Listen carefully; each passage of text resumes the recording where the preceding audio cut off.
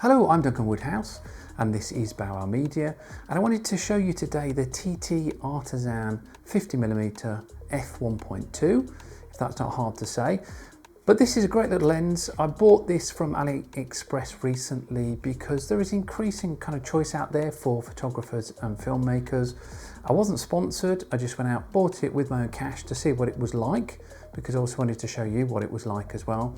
And so far I've been quite impressed with this little lens. So first and foremost, it is a really compact lens. You can see it'll fit quite nicely onto the Panasonic that I've got there. This is a micro 4/3. There are a number of different lens mounts that you can get with it, so it is quite versatile. It's about £90, or I think including delivery, so that's not much at all, so less than £100. I think that's probably about $120 these days. So quite a cheap lens. You can of course get Canon lenses around about the 50mm. I think the cheapest one is probably about second hand about 60 or 70 pounds, so not a great deal. But having said that, they're around about a 1.8, so they're not an f1.2. So this is really compact, really well built lens, and a fast lens to go with it as well. So I wanted to take this out. So what I'll do is I'll show you some footage, and you can obviously have a look at the lens and see how it performs. So what I'll also do is I'll put some information on the film as it's showing, so that you can see what settings I used at the time. And again, I use my Panasonic Lumix G9 Mark II. So let's have a look at some of that footage. So I think you can see from these images that the lens produces some lovely background blur, or bokeh as it's called. And around f2.8, there are some lovely sharp details. If you do obviously go below 2.8, you've got to be fairly precise with your focusing.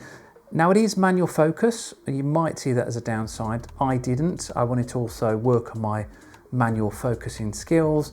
As with practice, on most shots it's not really a problem, and I found I could focus pull quite quickly with the lens. The mechanism is quite smooth, and also the f-stop, it's got a nice little function f-stop where you sort of click the f-stop into place.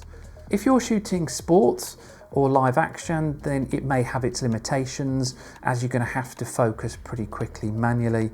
But as a prime lens, that's a fast fix lens that you've got that you could put in your pocket and take anywhere with you, and shoot photography and film with it. I think it's a great lens for the price. So I think this lens also, because it's compact, and you've seen some of the footage, so let me know what you think of it. I think it looks fabulous. I think this lens, because it's also compact, will fit quite nicely on a camera on a gimbal.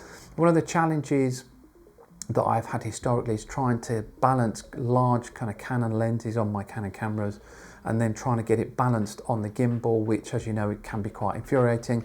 I think one of the upsides is that when you've got a slightly smaller camera with a nice compact lens, that does make it easier to then balance the gimbal and get all those lovely gimbal moves that you do. Particularly if you're a wedding videographer, or you're shooting, as I did in my last film, doing some nice circles of the characters within the film itself. So I really enjoyed using this lens. Let me know what you think. I think it's nice, it's compact. I think it's a good price point. I think it will happily fit on the gimbal, but I think first and foremost, I think it gives a really nice black background blur. It gives lovely bokeh, and I think it's just got a lovely texture to it, almost like a vintage lens might do. And I've seen footage of vintage lenses and they just look fantastic. I'm going to take this with me later in the year to New York and see how it looks with photography and with sort of filmmaking there as well. So thank you for watching. Again, if you did enjoy this video, please give it a thumbs up and please subscribe. There is a lot more coming. And if you haven't seen it, I put my latest short film, which I shot a year ago, has now finished the film festivals. It's now online. So give it a look. And if you like, obviously drop some comments in that. That would be much appreciated. So keep shooting and keep filming, and I'll see you soon.